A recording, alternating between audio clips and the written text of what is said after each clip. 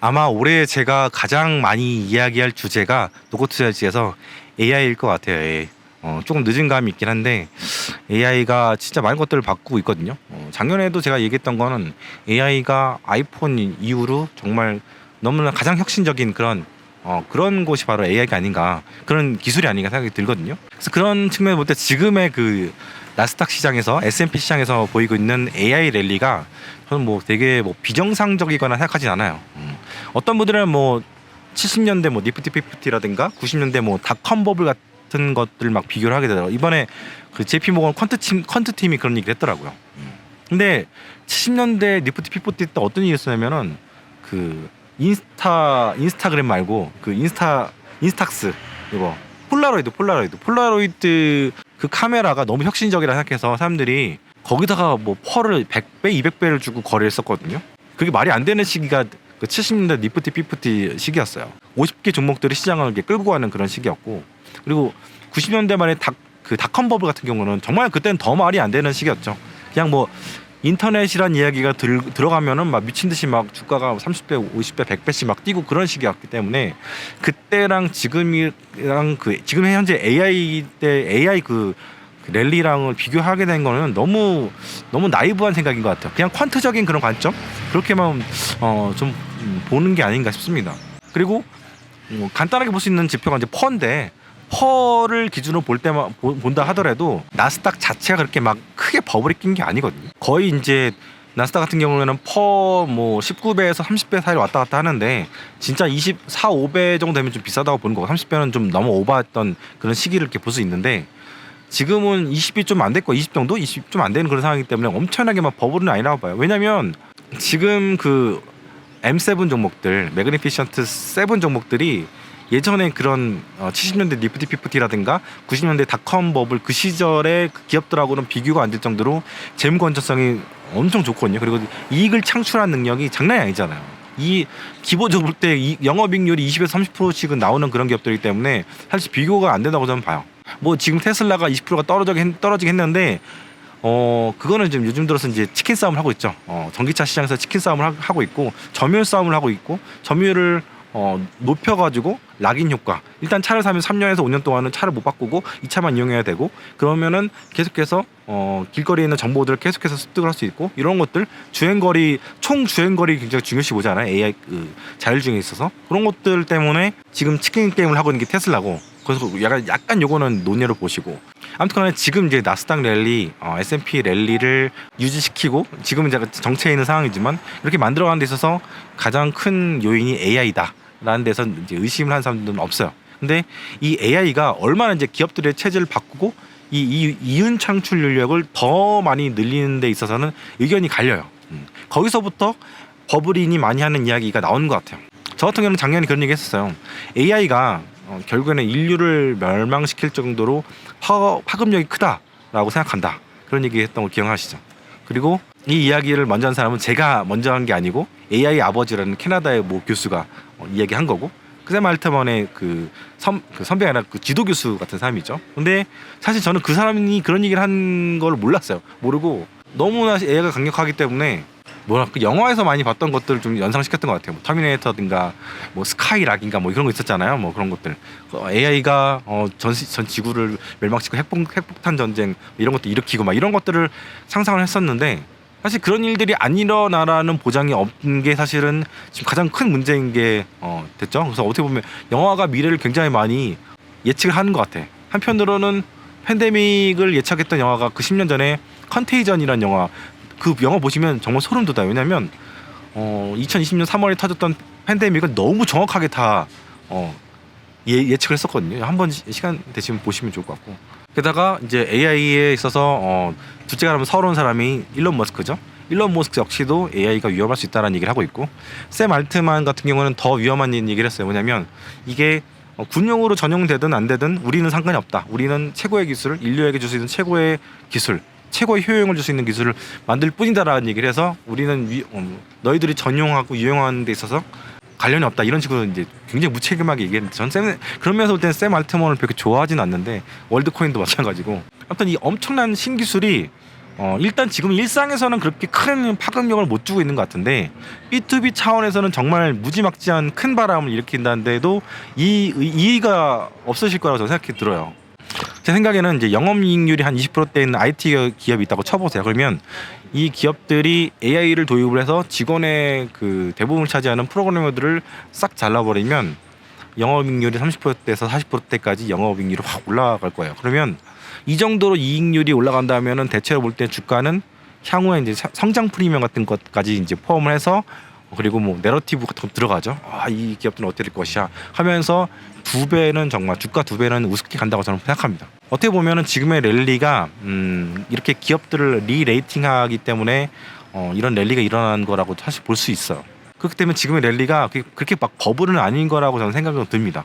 어떤 분들은 M7 종목들한테 막 돈이 몰리고 시총이 막 비대해지고 점유율이 높아진 거죠. 총 나스닥이라든가 S&P에서 그 M7 종목들의 시총 비중이 올라가고 있는 게 과거사를 볼 때는 이게 버블이고 간단하게 무너질 거라고 되게 간단하게 나이브하게 설명을 하는데 이거는 정량적인 그런 설명을 해버린 거지 정성적으로 이 기업들이 어떻게 움직이고 어떻게 성장하고 있는지 어떻게 기업 활동하고 있는지에 대해서는 전혀 보지 않는 거죠. 그래서 어떻게 보면 굉장히 퀀트적인 그런 접근인 거고 그래서 이 얘기도 JP모건 퀀트 쪽에서 얘기를 한 거고 그래서 저는 퀀트는 내러티브를 전혀 반영하고 있지 않기 때문에 투자에 있어서 그렇게 크게 도움이 안 된다고 저는 보는 사람 중 하나입니다. 근데 물론 이제 참고는 하죠. 참고는 해야 되는 부분들이 없지 않아 있긴 하죠. 아무튼 이 M7 종목들 외에는요. 별로 이렇게 큰 존재감 있는 기업들이 별로 없어요. 얘네들만큼 AI를 잘하고 있는 기업들도 없고 앞서가는 그런 기업도 없고 결국에는 그 맨파워 싸움, 인력 싸움이거든요. 그 얼마나 천재적인 그런 그 AI 기술자들을 많이 포섭해서 기술 발전시키느냐 이게 굉장히 중요한 건데 이 인력 쟁탈 싸움에 있어서도 가능하면은 좋은 기업에 들어가려고 하죠. 구글이라든가 MS라든가 이런 기업들에 들어가려고 하지 여기서도 굉장히 큰 격차가 일어나게 되는 것 같아요. 그래서 이런 기술자들은 다 어디에 있냐면 다 미국에 있어요. 근데 놀라운 건 뭐냐면 샘 알트먼이라든가 잘 나가는 그런 AI 그 기술자들 있잖아요. 이런 엔지니어들이 다 어디 출신들이냐면은 유럽 출신들. 유럽에서 태어나서 미국에 유학 와서 여기서 이제 큰 사람들. 그런 사람들이 대부분이에요. 이민자들이 많단 말이에요. 그러니까 미국이 세계적인 천재들을 다 흡수를 하고 있는 그런 상황이 된다고 보시면 되죠. 그래서 우리가 한국 주식이 아닌 코스피가 아닌 코스닥이 아닌 나스닥에 투자해야 되고 S&P 500에 투자해야 되는 게 바로 그런 이유입니다. 맨파워에서 미국을 이길 나라가 없어. 지금 M7 종목들이 기술도 좋고 성장도 잘하고 있고 돈도 잘 버는데 향후에 이렇게 중요한 기술까지 다 선점해 버린다면 근데 대단한 기업들인데 하나의 단점이 있어요. 그게 뭐냐면 주식시장에서 심리야 심리. 많은 증시 전문가들이 그 심리 같은 부분들을 되게 스킵하거든요. 이게 과학적이지도 않고 막 통계적이지도 않고 어떻게 뭐 그래프라든가 뭐 기술적으로 뭔가 이렇게 설명할 수 있는 그런 부분들이 아니기 때문에 이런 심리적인 부분들을 되게 스킵을 해요. 그래서 증시 전문가들이 늘 시장에서 틀린 이유가 이 심리 부분을 간과하기 때문에 그렇게 되거든요. 우리가 이제 고전을 통해서 공부하는 게 앙드레 코스텔라니 책을 두 번째 책으로 제가 세 번째 책으로 이제 커리큘럼을 만들어 놨는데 그분이 그런 얘기를 하잖아요. 증시는 심리 게임이다. 사실 제가 작년 11월 초부터 이 엄청난 랠리를 예상을 못했어요. 일단은 10월 달에 하이어 포 런거라는 말이 거짓말이고 연준이 이 고금리를 오래 지속하지 못할 것이고 인플레이션도 제한적일 것이다. 더 이상 인플레이션 걱정을 하지 마라 라고 이야기를 작년에 거의 국내에서는 유일하게 제가 했던 말이거든요. 저 외에는 그렇게 얘기했던 사람이 없어요. 인플레이션 더 안 봐도 된다 이런 얘기했던 사람 없거든요. 그리고 실업률이라든가 GDP 자체가 뻥이다 이런 얘기들은 저뿐만 아니라 많은 사람들이 얘기했었죠. 이게 허수가 좀 있다. 그리고 정부가 이 모든 것을 다 돈을 풀어가지고 GDP라든가 실업률을 부양을 하고 있는 그런 상태다. 이것에 대해서 이제 한계를 보일 때 온다라는 얘기도 저도 했었고 다른 분들도 이런 얘기를 많이 했었죠. 거기다가 제가 2년 전부터는 상호형 부동산에 대한 얘기를 했었죠. 그리고 작년 말부터는 멀티 패밀리 하우징, 그 다세대 주택 같은 것들, 아파트 같은 것들 이런 게 버블이 좀 껴있는 부분들에 대해서 이야기를 해드렸습니다. 아무튼 간에 그러고 나서 한 2-3주 정도 지나서 11월 초부터 연준이 제 얘기를 들었는지 안 들었는지 모르겠지만 완전히 비둘기적으로 확 변신을 했고 그 뒤부터 증시가 미친 듯이 뛰기 시작을 했죠. 거의 이제 쌓인 게 엄청나게 많았는지 모르겠는데 완전 강력한 포모까지도 가세를 했고 지금은 주식하지 않는 사람이 되게 이상한 사람이다 라는 이야기가 나올 정도로 시장이 큰 상승을 이제 보였죠. 역사적 고점까지 이제 벗겨냈는데 저는 여기까지는 예상 못했어요. 근데 이렇게까지 시장이 올라오는 데 있어서 가장 큰 이유 중 하나가 뭐냐면은 올해 3월에 금리 인하가 있을 것이라는 이야기, 그런 예상이 시장에서 90%였거든요. 완전 희망 회로를 돌렸고 이거에 대해서 많은 사람들이 빨려 들어간 거죠. 이런 희망 회로는 월가라든가 국내 증권가에서 많이 이제 이렇게 풀어낸 거죠. 그러니까 뭐랄까 많은 사람들이 홀린 거죠. 홀려서 주식을 산 거지. 물론 3월달에 금리를 인하할 가능성은 제가 볼 때는 별로 없다고 봐요. 아무튼간에 심리 게임이란 이야기 하다가 11월 이야기까지 나왔는데 지금 석 달째 올라온 이 상승장에 피로감을 느끼는 영역은 제가 볼 때는 이제 심리적인 부분이라 생각하거든요. AI가 좋긴 한데 일단은 단기적으로 많이 오르게 되면 사람들이 불안을 느끼게 돼요. 특히 이제 증권가는 이런 상황에서도 강력한 장밋빛 전망을 이렇게 보여주면서 포모를 부추기죠. 그래야 여러분들한테 장사가 되기 때문에 지금 대부분의 그 리서치들, 월가의 리서치들이 올해 경제에 있어서는 침체가 없고 연착륙하게 되고 그리고 주식시장의 전망을 막 올리고 있어요. 이래서 사람들이 따라 사야지 장사가 되고 얘네들은 여기다가 이제 물량을 던지게 되는 거죠. 그러다가 결국에는 고점을 닫고 상투를 만들고 버블을 만드는 존재들은 바로 개인들이고 이게 늘 역사가 반복이 되었다는 거를 여러분들이 아시리라 생각합니다. 만약에 한 사람이 이 상황에서 던지기 시작하면 사람들은 이제 우르르 던지기 시작한 거죠. 그리고 대부분의 개인들은 멘탈적으로 볼 때 본전 심리가 있기 때문에 수익이 있던 게 마이너스가 되기 전까지 못 팔아요. 왜냐면은 수익의 피크를 기억하고 있기 때문에 지금까지도 버텼는데 계속 버티면 되겠지라는 생각을 하단 말이에요. 어떻게 보면 주가가 굉장히 많이 올라와 있다는 거는 엔트로피가 넘치는 상황이라고 볼 수도 있죠. 에너지가 굉장히 많은 상황이라고 볼 수가 있는데 이런 상황에서는 에너지가 어디로 흐를지 모른단 말이에요. 랜덤적인 그런 측면을 보이거든요. 그런 움직임을 보이거든요. 그러면 일로 갈지 절로 갈지 일로 갈지 모른단 말이에요. 그러다가 낮은 곳을 발견하게 되면 낮은 곳으로 우르르 이제 떨어지게 되는 거지. 계속 이제 낮은 곳으로 이제 방향을 잡게 되는 거죠. 결국에는 어떻게 보면 조정이 시작이 되는 거고 이게 가격 조정일 수도 있고 기간 조정일 수도 있고 이런 부분들은 심리적인 부분들이 굉장히 크게 좌우하게 된다고 보시면 됩니다.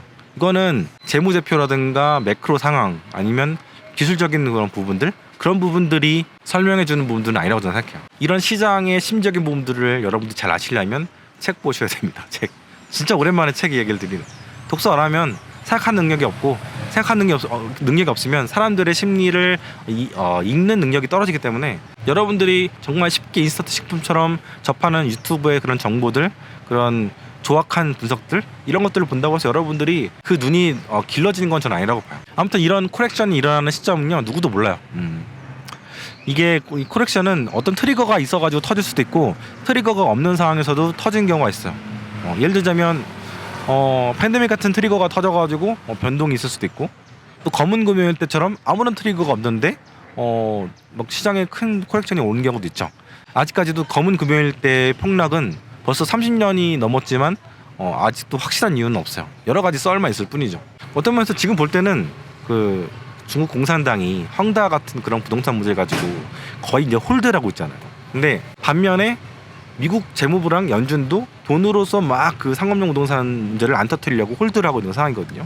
만약에 한쪽이 터지게 되면은 같이 다 터질 수 있는 개연성이 저는 분명히 있다고 보고 있는데 지금 많은 제도권에 있는 사람들은 스트레스를 해보니까 다 괜찮은 것 같다. 문제가 없을 것이다. 과거 같은 일이 안 일어날 것 같다라고 얘기를 하는데 그 얘기가 참 반복이 되고 있다는 것도 굉장히 신기하기도 하고 많은 부분들이 과거와 그 과거의 데자뷰가 연상이 되는 것도 좀 있는 것 같아요. 아무튼 간에 좀 마무리하자면 한쪽이 먼저 터진다고 쳐봐요. 중국이나 일본, 미국이나 그러면 먼저 터진 데는 제가 볼 때는 미국이라고 봐요. 중국 같은 경우는 계획경제고 체면이 굉장히 중요하고 전체적인 그 뭐랄까 결속력이 중요하고 단속을 해야 되는 그런 나라잖아요. 그래서 공산당이 먼저 터뜨리지는 않을 것 같아요. 근데 미국 같은 경우는 자유방임이 가깝기 때문에 먼저 터질 가능성이 굉장히 높죠. 작년에 꼴랑 2개 은행이 터졌잖아요. 그래가지고 시장이 휘청거렸는데 이제 좀 있으면 뭐랄까 선택의 시간이 좀 가까워지지 않겠나 그런 생각을 좀 하고 있고요. 현금을 들고 계신 분들은 낚시를 하고 있다 저는 비유를 하거든요. 낚시 계속 답답하다고 물길을 이렇게 보시면 안 돼요. 왜냐면 물고기들이 봐서 도망가거든요. 그래서 이왕 낚싯줄 던지신 거 잡힐 때까지 기다려 보시고 느긋하게 한번 기다려 보십시오. 마지막으로 제가 드릴 이야기는 뭐냐면 하워드 막스가 한 얘기예요. 주식 투자자에게 있어서는 타이밍이 중요한 게 아니라 시간이 중요하다. 여러분들이 현금 가지고 기다린 것도 굉장히 중요한 투자의 기간이라고 저는 봐요. 주식을 가지고 장투를 하시든 현금을 가지고 기회를 기다리시든 이 두 가지는 저는 굉장히 중요하고, 여러분들이 한 가지 전략을 밀고 간다면 계속해서 끝까지 밀고 가셔가지고 좋은 성적을, 좋은 결과를 이뤘으면 좋겠습니다. 감사합니다.